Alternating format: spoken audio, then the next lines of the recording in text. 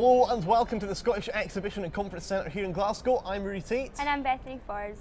And we're here for the first ever meeting of the Scottish Cabinet with young voters from across Scotland. In the hall next door we have around 150 people between the ages of 16 and 23, some of who will be voting for the first time and have come on to put their questions to the Scottish Government. The First Minister, Salmond, is leading a team of ministers who are going to be taking questions and listening to the views of young people, most of who I suspect have yet to make up their mind in which way to vote in the independence referendum taking place on the 18th of September.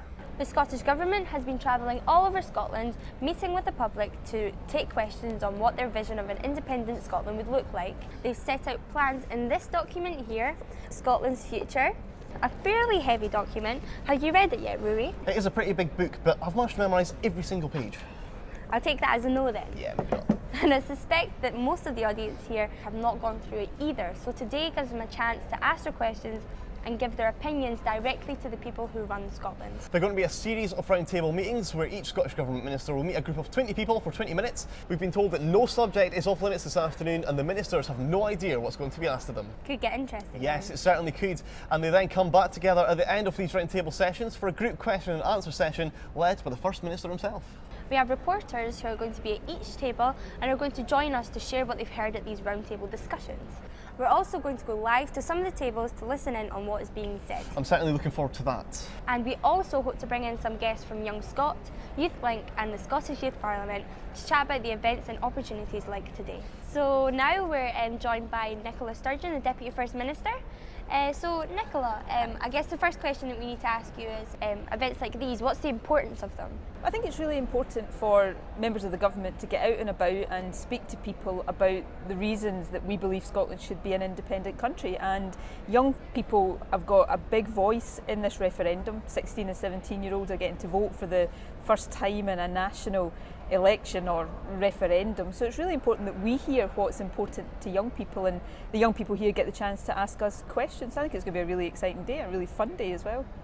Now you talk about the sort of 16 and 17-year-olds are able to vote, and we've got this big book, Scotland's Future. It's massive. It's not really sort of the type of thing that any 16, 17, maybe even 18, right up to 25, 26 are going to want to read through that. So sort of what can be done to make all the information that's necessary available to young people? My 16-year-old nephew's got a copy of it and he tells me he's slowly reading through it, but every time I see it in his bedroom it looks as if it's completely unopened, but you know, he tells me he's reading it.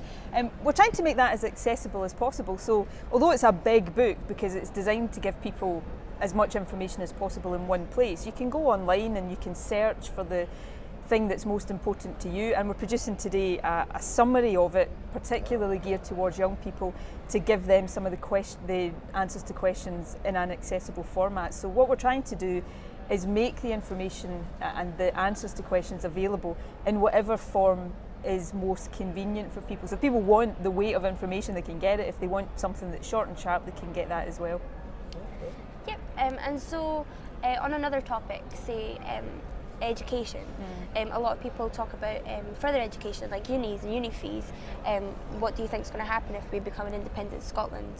Well, education's a good example of why decisions are best taken in Scotland, because the Scottish Parliament is already responsible for most education policy, and I think while we don't get everything right, I think the fact that we can take decisions here is a good thing, and it means that we can get things right for our circumstances. And one example of that is that unlike students elsewhere in the UK, students here don't have to pay tuition fees to go to university, and we want to make sure that stays the case in an independent Scotland. I mean, I remember when I went to university, I would never have been able to go to uni if I'd had to pay fees, and I don't think as a politician now I've got any right to deprive any other young person of that right to education.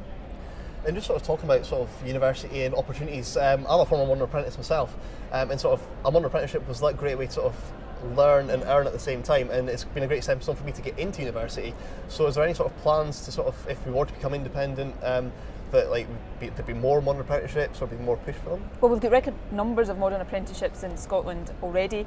Angela Constance is the Minister for Youth Employment. I think we're the only government across Europe that's got a minister dedicated to helping young people get into employment. I'm sure she'll be taking lots of questions today from young people, but the benefit of independence is that it puts all of the economic powers we need in our own hands, so that we're able to create the opportunities for young people, not just through apprenticeships, but to get into jobs, to get into, high value jobs. I mean, one of the reasons we want to have the ability to have a competitive business tax rate so that we're able to encourage more businesses to set up their headquarters here so that young people can get to the top of their careers without necessarily having to leave Scotland if they want to stay here and raise their families here. For a future of an independent Scotland, if it was to go through, what would your future vision be for young people, especially with their opportunities and their way of progressing into the future? Well, I want to see a Scotland where every young person's got the chance to fulfil their own potential, and I know that sounds a wee bit trite and cliched, but that's what every country should aspire to. I want to live in a Scotland where young people have got total belief in and confidence in their own abilities. I don't want us anymore to have to kind of argue over whether we've got what it takes to be independent. Young people are the future of this country. I've got confidence in our own young people to be the leaders of an independent Scotland, to take this country forward to bigger, better, greater things. And being independent means we don't have to question our ability to do that anymore. We can be in charge of our own destiny. Well, Deputy First Minister, thank you very much for joining us. We're now going to go over to the main hall to hear from our compares for this afternoon, Ryan Thompson and Louise Cameron. Can I please have a huge welcome for the Right Honourable Alex Salmond, MSP, First Minister of Scotland. Thanks very much, guys. And welcome everyone to this very special Young Voter Cabinet event in Glasgow. Now, my submission is that for young people in Scotland, this is the opportunity of a lifetime. I'm proud of the fact that this government, this lot here, have ensured that 16 and 17-year-olds will get the vote for the first time in a national election or referendum in Scotland. So when people go into the polling station on the 18th September, for the first time in our history, they will take the future of this country into their hands and collectively make a decision. And I believe that we'll make a decision which will make this country a better, fairer place. Because at the end of the day, there is nobody at all, nobody on this earth who will take better decisions about running this country than the people who live and work in this country. So in the 18th of September, that will be the day of sovereignty, and I really hope and believe the answer will be yes. Thank you very much. Now, earlier on, our film crew were out and about meeting some of the young people as they arrived at the SECC. I think getting the chance to ask ministers questions and seeing what either a yes or a no vote is going to mean for Scotland and education in particular, I think that's really important to take back to students and sort of the community as a whole. I'd like to gain some more clarity on what's happening with the independent referendum. A lot of us know that it's yes or no. We don't know what we're voting exactly for. We know we're voting for independence, but we don't know what's going to happen when we get the independence. So I'd like to get more clarity on that. Just to hopefully ask the Cabinet some questions, what would happen post-yes vote, if it even happens. So for example, what would happen to higher education? Would the support still be the same? Would it improve? Would it get better? Like, what are some of the things that they would be able to do with those additional powers that they would receive through that yes vote if they get that? I'm just hoping to learn some more about the referendum and the impact it's going to have on young people, and also what the Scottish Government are planning on doing in independent Scotland to support girls and women overseas, because I'm from Girl Guiding UK and I'm really interested in that sort of thing about what girls' rights overseas. So, well, I'm hoping to kind of shed some light on the situation and make up my mind before I vote this year. I have some pretty strong opinions already, but I'd just like to clear it up in my own mind as well. We would like to invite the ministers to join all of you at your tables for us to start the table discussions. We're European citizens. We're sitting right here as European citizens. There's no mechanism that can stop us being European citizens. That's never happened, right? Obviously, your position is that there should be a shared currency, and I don't think that it's an impossible thing to happen. But the question is, do you really want that to happen? Do you really want a country, a neighbouring country, and a competing country, I suppose, to set your interest rates, to set fiscal policy, when perhaps it would be better to have your own currency in Scotland? I think what the crucial word that you used there, Lewis, was that it was a shared currency. I think that's the right way to think about it. That it's because when you talk about sharing a currency, it's it's an active decision that you've taken to do something that you recognise to be in the interests of Scotland in terms of the decision that you're making. And the decision on currency is very much something which is in the interests of Scotland, but it's also in the interests of the rest of the UK. Young people who are autistic and that, it's quite difficult to get a job now. If we do go independent, if this does go ahead, will it be easier for us or will it be more difficult for us to actually get a job? Well, I like to think that I understand what some of the issues are and what some of the additional barriers. My youngest brother has Asperger's syndrome, so I know a wee bit about what that means in terms of your learning and in terms of the additional challenges in your journey throughout school and into the work. I suppose there are some good examples of things we've been able to do with the powers of devolution. So we have control over the education system and the skills system. So we've been funding things like Project Search, which is it's sort of supported work. In this case, it's actually been within the health service, where there's been young people on the autistic spectrum who've been working in medical records and things like that. So the Minister's certainly getting a great grilling out there, but right here we're now joined by Chief Executive of Young Scot, Louise MacDonald, and also the Chief Executive of Youth Link Scotland, Jim Sweeney. Thank you both very much for joining us. Louise, we'll start with you. Tell us a bit about sort of how your day's been so far. It's been an amazing day, actually. What's been fantastic is hearing the breadth of questions that young people have had. It's an incredible opportunity for young people from across Scotland to come together, get this kind of access to the heart of the debate and really be getting all of their questions answered. So it's just been wonderful. It's been fantastic to watch how engaged young people have been. Brilliant. Jim, what about you? How's it been for you? I think apart from everything else, it lays to rest the notion that young people are not interested in politics. Young people are very interested in politics and very, very interested in what affects them on a day-to-day basis and what affects the world on a day-to-day basis. It's been fabulous. Could you tell us a little bit more about your role, especially in the event today? Okay. Well, from our perspective, we were kind of asked really to do two things. One, to give a bit of advice and guidance on how do you kind of put on an event and run it in a way that's effectively engaging for young people. So something a wee bit different from the usual, everybody sitting in rows and having to kind of listen. So bit of advice on that, just because lots of youth organisations have got experience of that. But the other key role in particular has been advising around the digital elements and social media. So we've supported modern apprentices who are teams of social reporters, and that's what's really exciting, has been seeing how social media has been used to really make this event an engaging event for young people. And so why is it that it's so important to have young people sort of involved in democracy, do you think?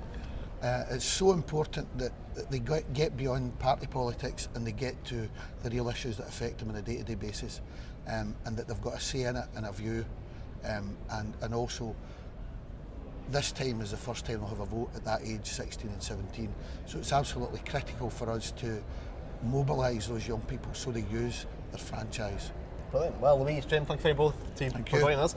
We're now joined by the Chair of the Scottish Youth Parliament in Kyle Thornton. Hello, how are you doing? Yep, hi there, good, thanks, yes. So how are things going for you today? What's been going on out there? It's absolutely brilliant outside. I've just been helping to facilitate a table with Derek Mackay, one of the ministers, and it's been fantastic. Young people have been putting forward their questions.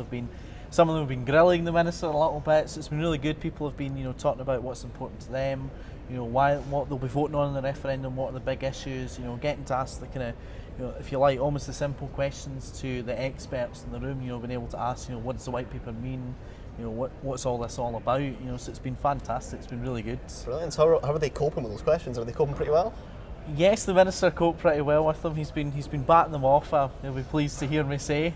But it's just been fantastic giving young people the opportunity, because what they tell us is they find it hard to engage sometimes with the debate, with the referendum. So actually giving them the opportunity to hear from the ministers themselves. Hopefully we'll have the Q&A, very soon about it as well. So it's all an opportunity for young people to really put forward their views, which is fantastic. That's great. Thank you very much. So joining us now from the main hall is the First Minister, Alex Salmond, who's been talking to groups of young people at today's event. So First Minister, I hope you've enjoyed the day so far. It's great, absolutely fantastic. So I guess the first question that we can ask you is, what's so important about events like these? Well, there's two things. One, all of these type events, which are happening all over the country, with people getting the chance to ask their questions straight up. I mean, these are really, really important. Secondly, this one's special because it's an audience of young people in particular. Not that young people don't attend the other meetings, of course, but nonetheless, it's specifically addressing concerns and questions that young people have. A lot of people used to think, oh, young folk aren't interested in politics. Now, that never was true. We're maybe not interested in party politics, that's a different thing. But as you can see from the enthusiasm today, lots and lots of young folk are very, very interested indeed in politics. Yeah, no, there's been a lot of questions about various different things within education and all that, and in particular sort of focus on jobs as well. Also, there's an announcement this morning about the plan for jobs in the future. So what will be done to sort of get more young people into jobs in Scotland if it was to become independent? Well, firstly you have to have more jobs, and therefore our plan to see a reindustrialisation of Scotland. Not reindustrialising, bringing back the heavy industries of the past, because there's a limit to what you can do in that, but reindustrialising by going into life sciences jobs, renewable energy, specialised engineering. These are jobs of the future, so you have to have the jobs first, and that's what our plan will do. But secondly, you've got to make sure that these employment opportunities are available to young people. And one of the things we're doing now is we're trying to break down the barriers for people getting experience, and therefore we're Sir Ian Wood's Commission report about youth unemployment and employment, about saying, look, why don't people start their qualifications at school, HNCs for example, at school, vocational qualifications at school, why isn't there more interrelationship between colleges and workplaces, so that there isn't a barrier between people getting that first start, that first job, that first experience. So some things are about expanding the economy, growing the economy, having more jobs, more prosperity, and secondly, specifically, to make sure that young people get that chance as they can be included in that new prosperity. So 16 and 17-year-olds have the vote, and so what is your plans for the future as a whole, as well as voting? Are you going to keep the same voting if we become an independent Scotland? If we do become an independent Scotland, what's your future for young people as a whole? 16 and 17 years will get the vote in independent Scotland in all elections, not just this special referendum. I think it's important for reasons I said actually in the talk. I mean, I think if you're old enough to pay taxes, if you're working, you're old enough to vote. But there's another aspect, you see. You think about politicians, they're trying to get votes, all politicians, including this one. Therefore, who's in the electorate is actually quite important. Yeah. If 16 and 17 year olds in the electorate, that means that politicians pay that bit more attention to 16 and 17 year olds because they're part of the electorate. So I think there's a good democratic reason for that participation, and I think there's going to be a high turnout of young people in this referendum. I think it's going to be a high turnout of everyone in this referendum. I think it's going to be the most energising, creative, wonderful thing that's happened to democracy in Scotland ever. And let's hope it's the right result. Well, thank you very much, First Minister. And right now we're going to go back over to the main hall to hear from our compares, Ryan Thompson and Louise Cameron. I would now like to invite up to give closing remarks the Deputy First Minister, Nicola Sturgeon, MSP.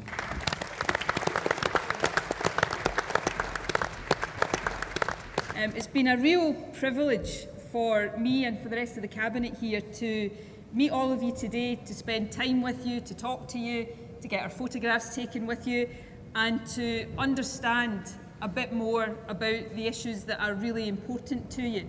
I just want to leave you with two things today, and they echo the comments that the First Minister made a few hours ago when we kicked off this session. We can be independent because we've got the skills, we've got the talent, we've got the ability, we've got the people to be independent and to be as successful as any other country in the world. And I think if anybody out there right now is questioning that, asking themselves, do we really, in this small country of ours, have what it takes to be independent?